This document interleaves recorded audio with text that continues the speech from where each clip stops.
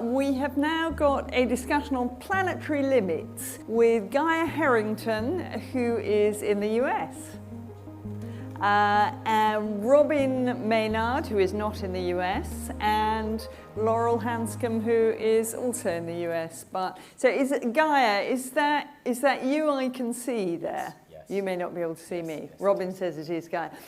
Gaya is a Director in Sustainability Services at KPMG, and she's an advisor to the Club of Rome. Previously, she worked as Economic Policy Advisor and International Financial Regulator. She holds a BA in Econometrics from Amsterdam and a Master's in Sustainability.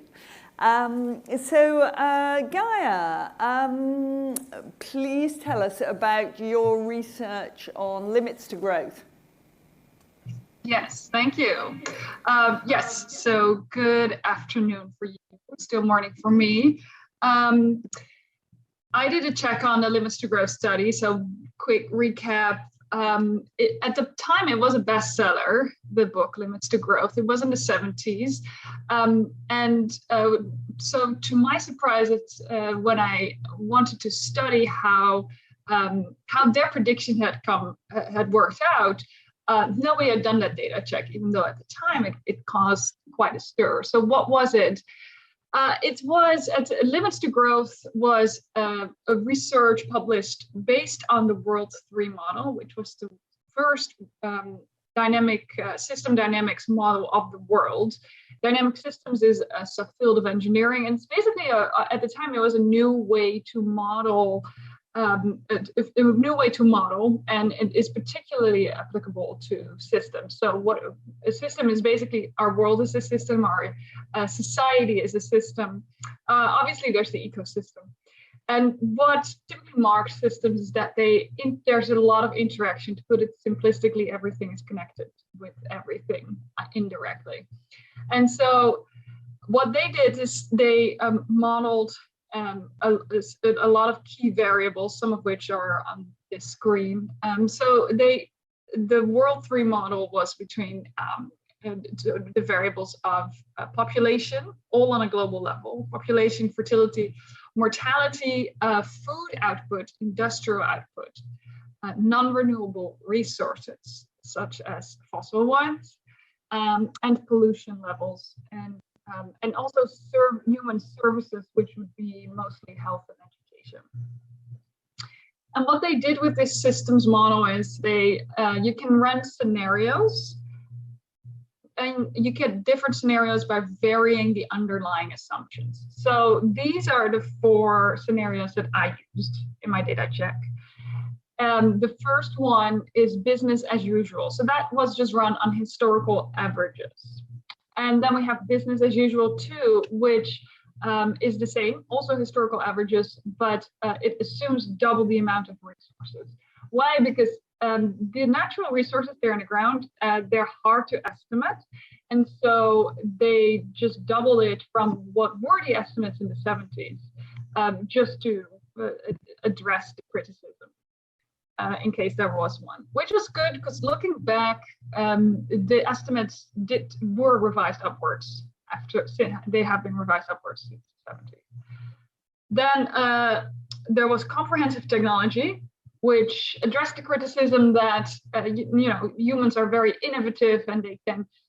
Some people think it's just endless, or innovative capabilities. There is, in fact, a historical average of technological innovation, which includes also a disbursement. How fast is knowledge shared as soon as we get it, which is not that fast. Typically, the commercialization takes at least a decade, typically. And it is not equally shared as well, certainly not with people who can't pay for it. So all of those things are very optimistically assumed in comprehensive technology. And then there's a stabilized world, which basically means it's a huge shift from business as usual. And the assumption is that humanity consciously shifts resources away from industrial output and puts it towards pollution abatement and human services again, health services and education. Now, why limits to growth is quite controversial at the time is if you're not familiar with systems models, this might be a bit overwhelming, but maybe if you can see that, let's look at industrial output, for example. That would be the green dashed line. It shows quite a steep decline. That was their prediction that business as usual will lead to societal collapse. It does not mean that it's the end of humanity, but it does mean that our future well-being will be lower, and in the case of collapse, a lot lower than it used to be. As you can also see, this collapse is avoided in stabilized worlds. So, given the unappealing prospect of collapse, I thought, oh, let's see how that turned out, because we have a couple of decades of data by now. So that research was published in Yale's Journal of Industrial Ecology last year. So you can look up all the details in there. But I have here the DOI and everything. But basically what it is this is one of the graphs that's in there. And this one, I picked this one because it's fairly representative of my findings, which is, if you look at the purple line, that's the observed data that I plotted against the 4 scenarios. So my findings include that, first of all, it's a relatively close alignment. If you look at the scale on the left, it's not a huge scale. You should always look at scales when you look at graphs. But I also used numerical proximity measures, again, which are in the journal. So limits to growth is actually a pretty good model. I studied econometrics. I worked in finance for many years. I don't know any other model that's predicted this accurately 2 decades into the future. My other finding was that it aligns most closely with business as usual too, and comprehensive technology. The reason that there are 2 scenarios it aligns most closely with is that they haven't started to diverge yet, but they will soon. And that's another finding. We might be looking at basically our peak in well-being right now. This is human welfare levels, so it's also a variable that I plotted. And as you can see, in some scenarios, there's a collapse, a steep decline. And so if we look at comprehensive technology, which is the green one, and the dark orange one, which is business as usual too, the business as usual 2-1 shows a collapse as a result from pollution. So now that we have more abundant resources than we thought, which actually quite well aligns with history. In the 70s, people were scared of, they were afraid of resource scarcity. And what we did basically is we had more, but we also could get more because of technological innovation. But that is also with resources that are more dispersed, takes more technology to find, and as a result, our pollution levels have increased. Pollution, of course, is also CO2. Basically, business as usual too is the scenario of climate change. So the conclusion here is that if we continue business as usual, there's a good risk that we're facing ecosystem collapse based on World 3 model. I would also like to point out, however, that as I mentioned, the scenarios have not diverged that much yet. So we're not as closely aligned with the stabilized world scenario. But we are still close enough where we could if we make a transformational changes, we could still align ourselves with that scenario. And again, in that scenario, there's a in the World 3 model, at least, the reduction in welfare levels is temporary and not that big. as in the other ones.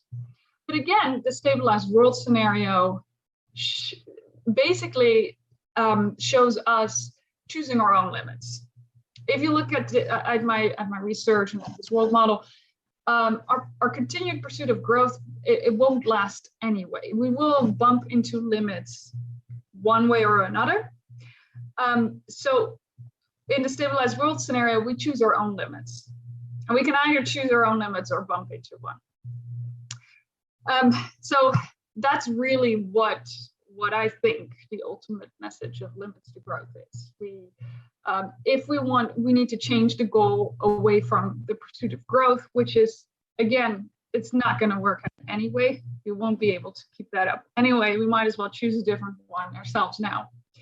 And you see governments doing that. You see governments choosing for looking at a well-being economy. You have the OECD looking at, instead of chasing this GDP, looking at this better life well-being index. And as mentioned, I work in a work stream of the Club of Rome now, who at the time commissioned the Limits to Growth study. And we've made a new world model that, and not necessarily to repeat this, but to look at the world system and identify leverage points. So if it's true that we need transformational change, the time for incremental change is gone. That was in the 70s. We could have done that, but we did not do that.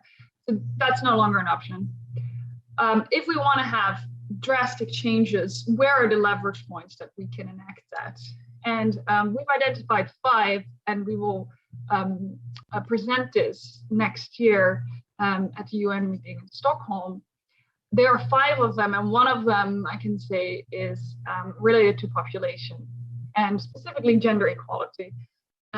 If you, and very much aligned with my findings, which is if you give people, especially women, access to education and health services, which of course include family planning, that is one of the key leverage points to avert a societal collapse. That was it. Thank you. Just about.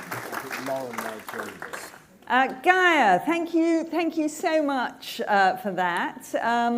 Before I let Robin or Laurel into the discussion, I'm just going to ask you a very ignorant journalist question, which is that I think people like me with very little knowledge of the Club of Rome and Limits to Growth, if they know anything about it, would probably think of it as something which 50 years ago predicted a catastrophe that has failed to happen and has therefore given modelling and environmental futurology a bad name. Am I wrong? Yeah, basically, am I wrong? Yeah. It's very interesting how this is true, and that is of course why nobody ever bothered to check, right? Because the critics were very good in delegitimizing their findings. So I looked into all the criticism, and in fact, I mentioned it in my journal article. I detail a couple of the economists that mentioned all the reasons why it was wrong. It is quite, and I was almost disappointed at how bad the arguments were, because you really wouldn't, clearly they had not read the book, but it seems like they didn't even look at the graphs, because some of the arguments, for example, were all scenarios end in collapse, which is not true. Another one was a very, very common one that I think you were thinking of, was that they predicted resource scarcity would lead to collapse by the 19th. That's just not true. So that's why in the 19th people said, see, they predicted resource scarcity and it has not happened. It's all nonsense. It's clear to see from the graphs that every collapse point lies in the 21st century. It was never predicted to be in the 19th. So it's simply not true, but it was nevertheless very effective. Okay, so people like me just have failed to read it. Yeah? Okay, fair enough. Or look at the graphs. Yeah, I mean, well, I think I did read it. I think I read it in the 80s and was scared, and have probably failed to read it since then, and have bought the criticism. But tell me, within your world, within the world of KPMG and its clients, are people listening to what you're saying and acting on it? Yeah, I think, look, it's almost, I was a little bit surprised at how much traction my research got, because it just seems that, because one of the key messages was, of course, that growth, infinite growth on a finite planet is not possible. And really, if you think about it, that seems quite obvious. And also now it's like, oh, we have a risk of ecosystem collapse. It seems partly new. We get these climate reports from the IPCC every year. We see the weather events and the natural disasters. So it's, I would say the evidence is all around it. So, Laura, I'm so sorry. I didn't answer your question, I think. Are people listening, is what you asked me. So back to that, yes. Now, because it's not just my research, it's also all the other things that are really pointing in the direction that companies need to take action. So I have actually seen, if you're talking about transformation, I've seen companies very recently made complete 180s, actually. Yeah. I'm Laurel Hanscom. I'm CEO of Global Footprint Network, and we are an organization based out of California, and we're measuring overshoot, which is a lot of what Gaia has just spoken about. So rather than diving into the inner workings, I think maybe I'll give you an overrun of sort of the biggest topic that we're tackling, which is measuring sustainability, and we do that through the ecological footprint. But I'm going to tell you a little bit more about what that means in quantifying our impact on the planet, and also what it means for our future. Although I will say I don't have as many cool graphs that Gaia has. She had some, not as technical, I guess, but certainly very much aligned with her findings. So what is overshoot? This is a question that can be addressed in different ways. You can talk about it in terms of the technical term of going further than the end or past a limit, obviously, as we're referring to, but it is also the state of demand that is in excess of regeneration. And the important thing about, well, we can get into a lot of this, but what we do know is that humanity actually entered ecological overshoot in the early 1970s. So what you see here is a chart of all of the Earth overshoot days since 1970, leading up to this year. So Earth Overshoot Day is the day of the year when we as humanity have used all of the resources that the planet can renew over the entire year. And by definition, being in a state of overshoot is to be unsustainable. Oof. That's my dog. But we know that we are in overshoot because we can measure total consumption and compare it to the planet's regenerative capacity using footprint accounting. Footprint accounting is also applicable at the country level. So exceeding domestic limits is more accurately described as ecological deficit. We can track ecological deficit by country. So essentially we are comparing each country's consumption to their domestic biocapacity. And so what you see here is a map of the most recent ecological deficit and ecological reserve data available. So the countries in red are those that have an ecological deficit, and those that are in green have an ecological reserve. And footprint accounting it's just a method for quantifying human consumption and the Earth's biological capacity. But how does that work? I'll give you a quick footprint 101. Things we know. We know that the Earth is finite, although I've spoken to more than one economist with whom this basic tenet may not have been shared. We also know that there are two key principles of sustainability. The first being harvest cannot exceed regeneration, and waste production cannot exceed waste assimilation. And using those simple principles, a lot of data, and a little bit of math, we can actually map human consumption activities to area. And then we do a little bit more math, and we can account we can take into account all the areas that are not biologically productive. But then we do a little more math, and we can essentially compare by making those bioproductives in the same units so that they can be compared to one another. So, and what that means essentially is that some biomes, some ecosystems are more conducive to providing human consumption activities than others. And if we think about this in financial terms, we talk about everything that we buy, everything that we wear, everything we eat and consume and build. We can all talk about those in ecological terms or financial terms. But if we use those financial terms, footprint accounting is basically measuring supply and demand, where supply is our biological capacity to produce goods and absorb waste, particularly carbon, as that is the one that is most pressing at the moment.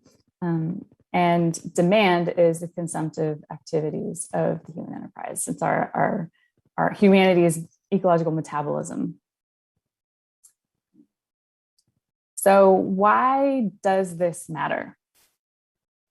In natural systems, when there is something in a state of overshoot, as Gaia certainly pointed out, it can't stay there indefinitely. At some point, there will be generally painful or disruptive correction before that steady state is achieved.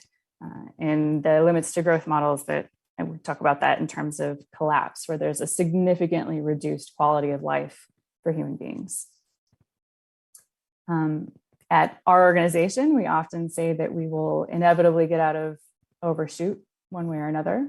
It's a matter of whether we do so by design, in the case of the scenarios that are stabilized world, so to speak, or if it's by disaster.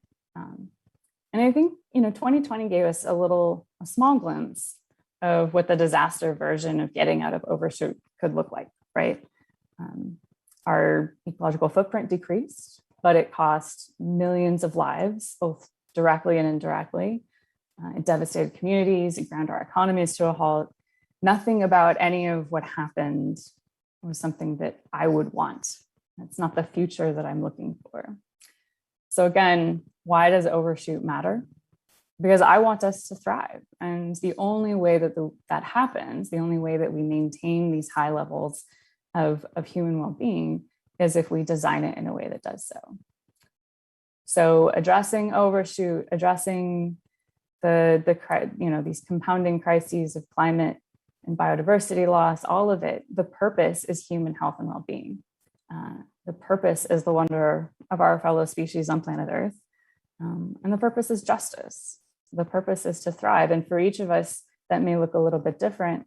And for me, it has a lot to do with wanting a good future for the little person who means the most to me. The good news is that thriving within the means of our planet is not out of reach. There are countless solutions that exist that could get us out of ecological overshoot, and then some, so long as they are implemented swiftly and at scale. And we often at Global Footprint Network talk about them in 5 overlapping categories: our planet, actions that support regeneration and our ability to have nature thrive. We talk about cities, how they're built and managed, energy, how much we're consuming, where it comes from. We talk about food systems, how food is grown, how it's transported, processed, and consumed. And we talk about people. We talk about population, how many of us there are. Moreover, the solutions that get us out of overshoot, they benefit us.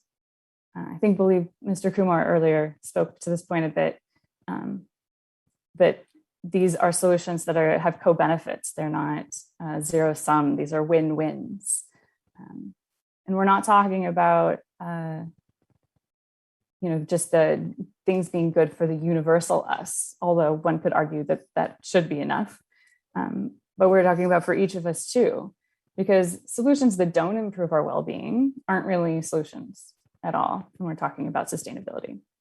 So I won't get into specifics right now about what those solutions are, but I did want to highlight one thing that we're doing right now, which is on Earth Overshoot Day this year, which was July 29th, we kicked off 100 Days of Possibility.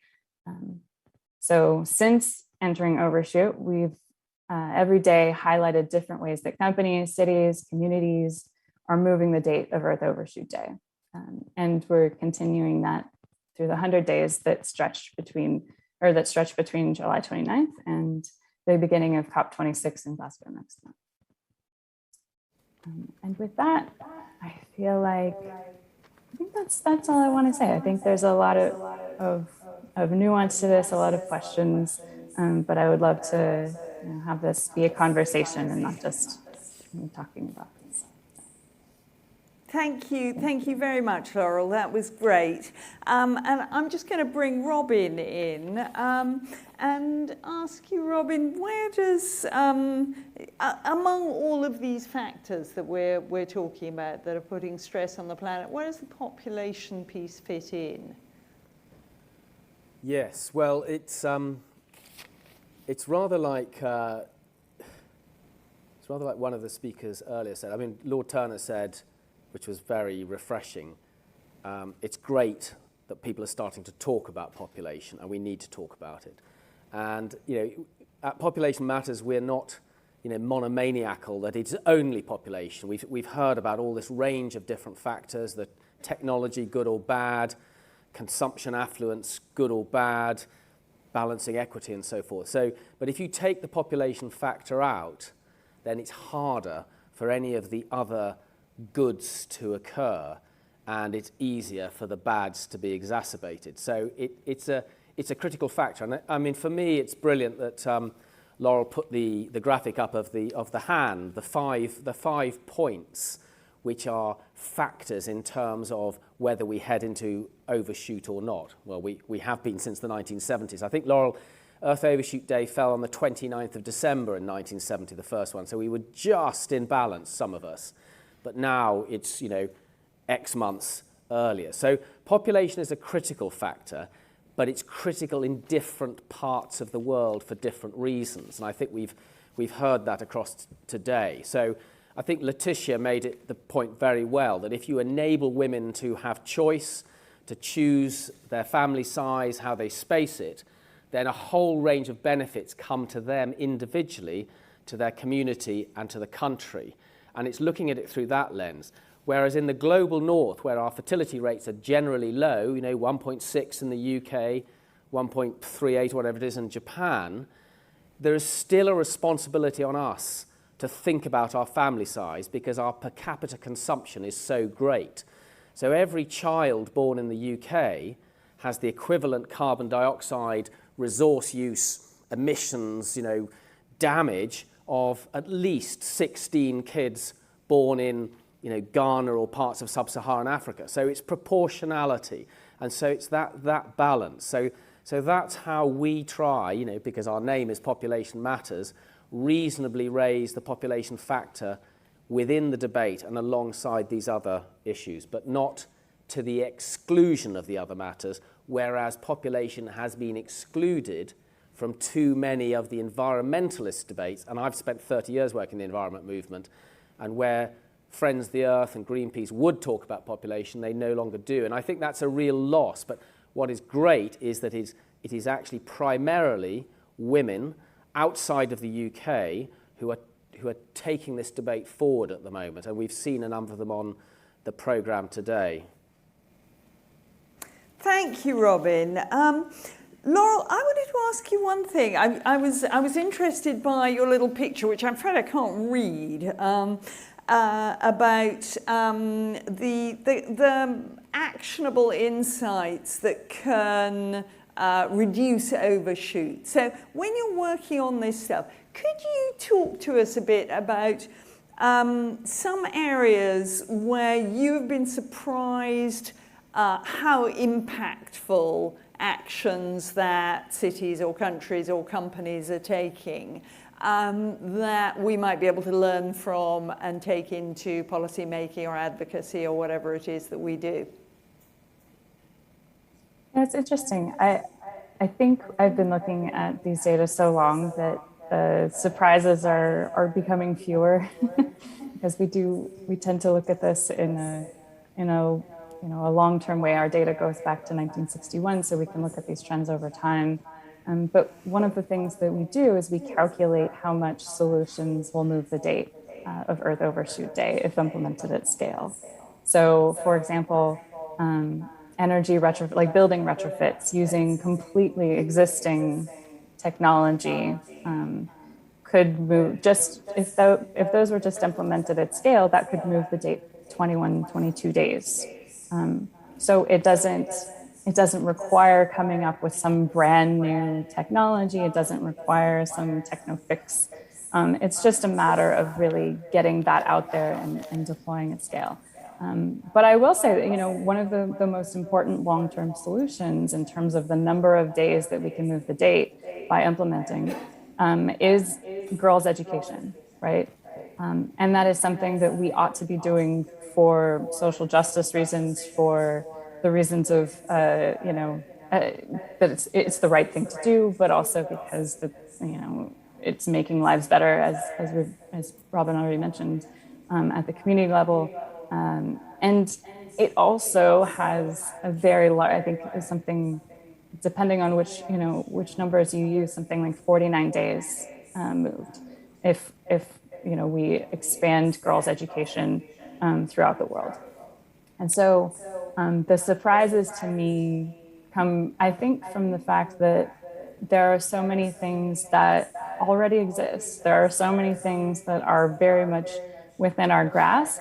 And what's missing is the feeling that we have the agency or the ability to do so and take that upon ourselves in our communities, in our countries, in our cities, in our companies. And with girls' education, that's purely because of the direct impact or the close correlation and the causality between girls' education and numbers of pregnancies. Yes, but I think there's an uncalculated factor in that as well, which is when half of a population is not accessing education and is not participating in the idea generation, we're all losing out on the brilliance of the human beings who are excluded from that process. So it's not just the direct population element, but also what all of those brilliant young human beings could be doing to help us address all of these big, scary sounding problems with what they're bringing to the world. And so it's in many of the same ways that it doesn't make sense to keep women out of boardrooms or exclude women from other parts of society, not allowing children of all genders to receive adequate education proper education is a loss for us at a societal level that probably could not be quantified in just population terms. Okay, that's great. Thanks. Now, do we still have Gaia with us? I know that she has to leave us at some point. Gaia? She's gone. Okay, very good. I see her. You and she are having this party we can that see we're each not other. invited We're to. Well, I'm going to ask for questions from the room, if there are any. Gaia's still with us. Oh, Gaia is still with us. She's appeared like a ghost. Any for Gaia or Laurel or Robin from the room, or indeed from the internet, which may or may not be refreshing itself. Not sure if I'm manipulating this thing properly. Let's have a question from over there, and while we work out whether we can use our technology here. Have we got a mic, anyone? coming. I've got a mic here, actually. Who needs the mic? Gentleman there.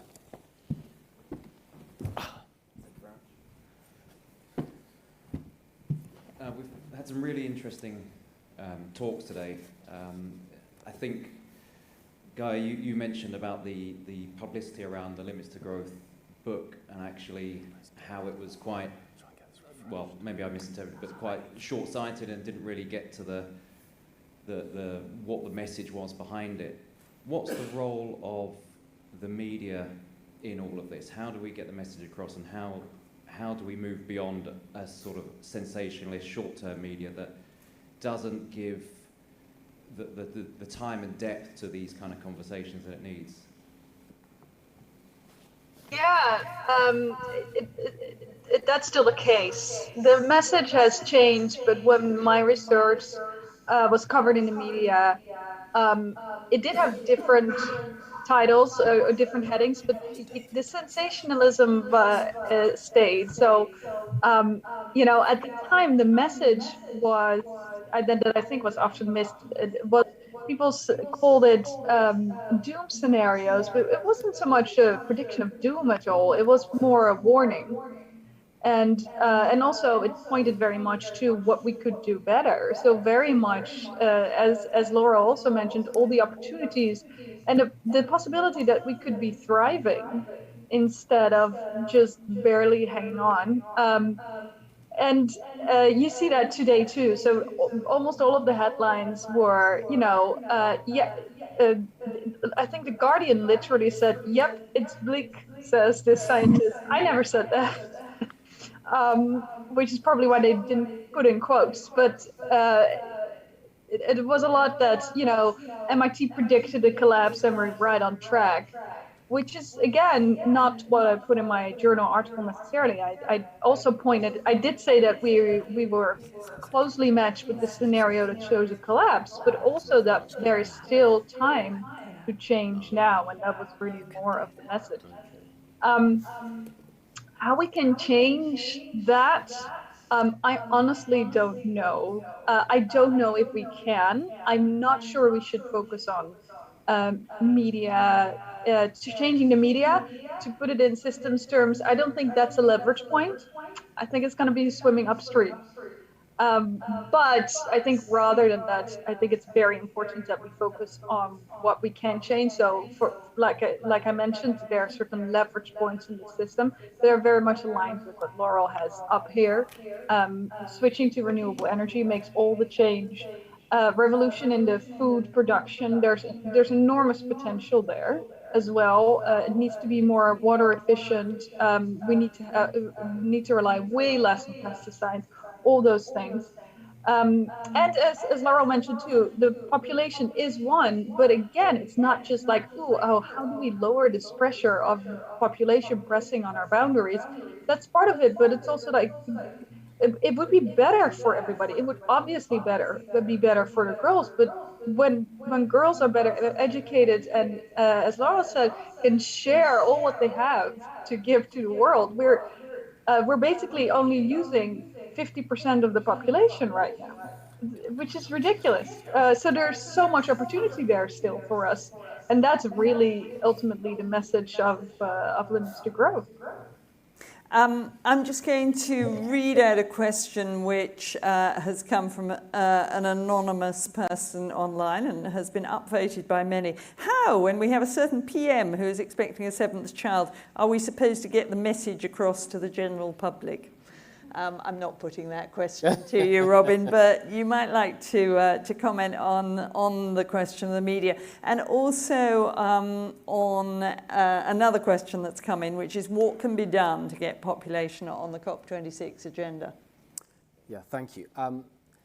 Certainly we've got one, probably more public health experts and deliverers of family planning directly in the audience, and I'm pointing a finger a little bit at you, Monique. I think Becky's left, but one of the ironies to me about population with the media is that it's not sexy to them. I mean, it's about sex, but it's not sexy to them at all. They don't want to talk about it.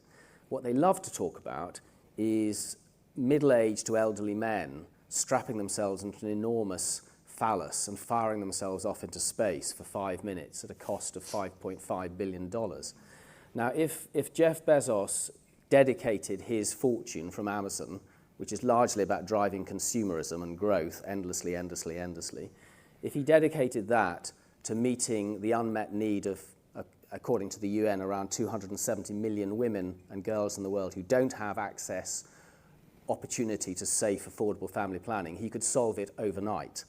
But instead, and I found myself almost, biting the radio as I heard the BBC just get so excited about some middle-aged men going up into space, and for no purpose whatsoever, as far as I could see. It was not. It's very exciting, but as I thought it was an incredible answer from Laurel to say that she's still talking to economists who don't believe the planet is finite, because they look out. They do believe they are Captain James T. Kirk, and to go, to infinity and beyond or whatever. Is that? No, that's the other one, isn't it? But you know what I mean. So they're looking beyond the Earth's limits. So there is something the media, and it's a difficult issue because it's about human relations. It's about our own species. And I'm an environmentalist, and I've worked on wildlife issues, and I can promise you the word population came up every day in my world. The population of other species, the decline of other species, the growth of other species. But it very, very rarely came up in terms of human population. We just are very good at counting everything else apart from ourselves. So there's some sort of strange denial going on there. In terms of the question about COP26, there are, again, I think Letitia brilliantly talked about the science of population management and the benefits from it in terms of the downstream benefits to the individuals, to the community, to the country, and internationally in terms of reducing those insecurity threats from a lot of young people, and particularly a lot of young men with nothing to do. And those of you who know Nigeria and have been there, northeast Nigeria is a no-go area, and the organisation which has had control of that is called Boko Haram, which literally means no education. And it's like, so there are some real positive benefits from addressing this issue, not least of which is mitigating climate change. But we have just had an answer back from what was a Department for International Development and Aid in the UK. It's now been back-ended into the Foreign and Commonwealth Office, and its only interest is trade and commerce and promoting trade. They'll do business with anybody. They'll do business with the Saudis, whether they murder journalists or not. Who cares? They want money. They want, they'll do business with China, forget Tibet, blah, blah, blah. We know that. But the answer we got was that family planning and enabling populations to stabilize and decline had no part to play in mitigating climate change.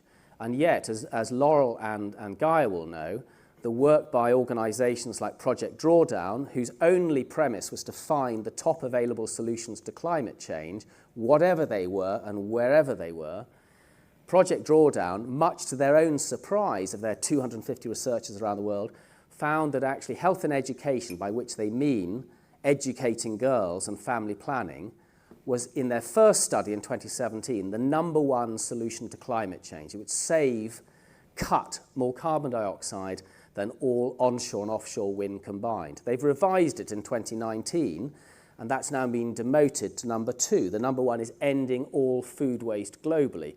Well, try that one if you like, guys, because that's not going to be too easy.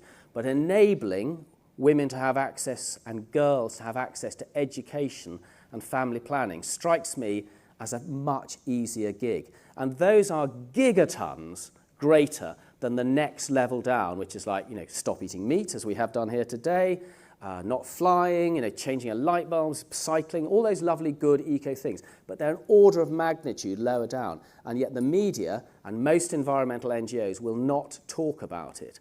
And so there is a real challenge here. How do we get the language right?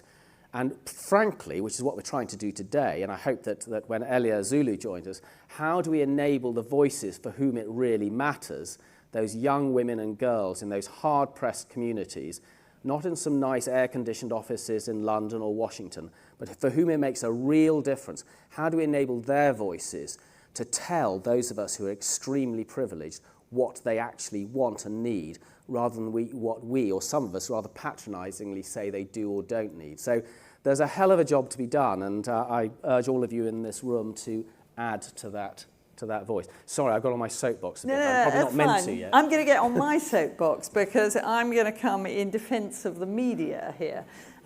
When people attack the media, they're always doing that because they don't actually want to attack the people. And the media are, media owners have some hobby horses, but essentially, newspapers, television channels, by and large, depend on being popular. So they say stuff that people out there want to hear, and they write about stories that people out there are interested in. Now, the population as a subject was genuinely sexy in the 60s, 70s. We talked ceaselessly about the population problem. My mother used to bang on about the population problem.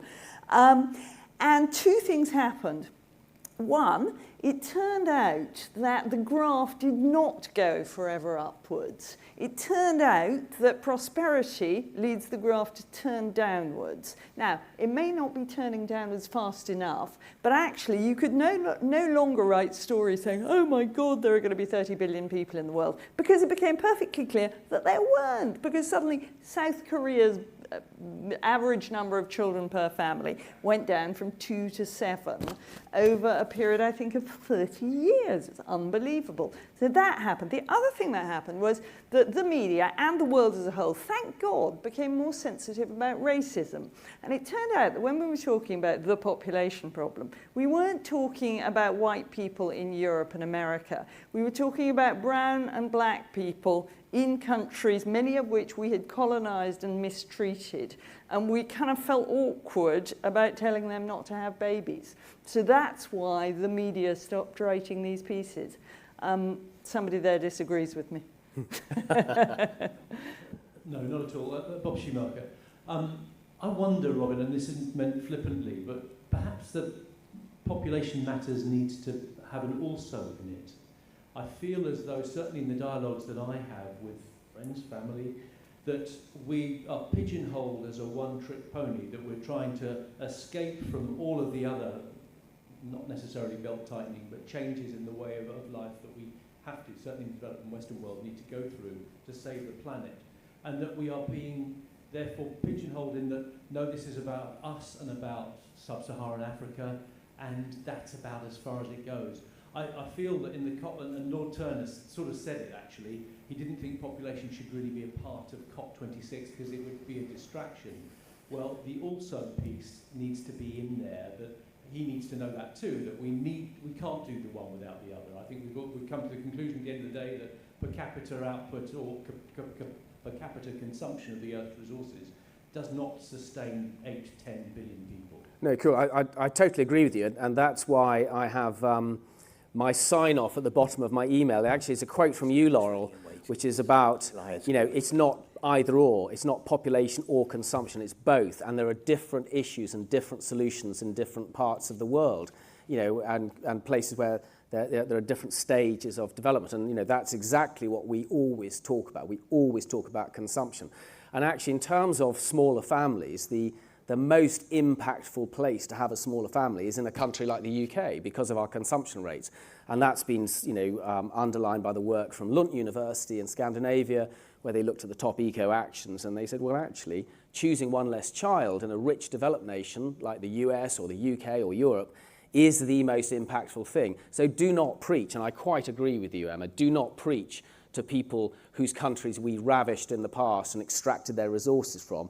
And also, interestingly, I think, again, looking at sub-Saharan Africa, a lot of those countries were formerly Francophone. They are Francophone. They're formerly French colonies. And the regimes that are imposed there were imposed with a Catholic philosophy in terms of religion. And actually, they were encouraged to have large families because it meant there was more labour. And that's persisted because of that. And so there are some really dark, long shadows from colonialism that we need to own up to and acknowledge. But I think we can do that without being so mea culpa that we don't then talk about the issue. Because actually, as Letitia did today, and certainly when I've been privileged to meet colleagues in Africa, whether it's Nigeria or Kenya, it is those people who say we need to talk about population. And the wonderful head of the Nigerian Conservation Foundation, Dr. Amina Kano, opened his presentation by saying, we need to talk about population. If we don't, who will? And for me, that was like such a breath of fresh air, because there's no point, not talking about it is, and again, I think it was one of the slides Chaitanya put up was, scientists, we need to give people the facts. We need to tell, we have a moral obligation rather than to hide behind what may be the sins of our fathers or our current guilt or niceties which aren't helping anybody, frankly. Robin, I'm just going to take a very quick comment or question, if you wouldn't mind, simply because our keynote speaker is ready and waiting. It should be automatic. Yes, I've got a provocative view and a question to Laurel and Gaia. And well, do you know what? Can we just make it a quick comment, if you wouldn't mind? Climate change. Is it a masking and distraction and a single one-trick pony that is actually harming all the other environmental issues on Earth we face? Resource depletion, pollution, overshoot, and everything else. I'm not a climate change denier. I've witnessed it firsthand, as Robin knows. But I think we've gone this single risk, climate change, single issue, carbon dioxide, single remedy, net zero, and it's just masking and damaging to everything else on the Earth. Okay, thank you very much. I'm going to leave that with everybody and say thank you very much to Gaia Herrington, to Laurel Hanscom, and to Robin.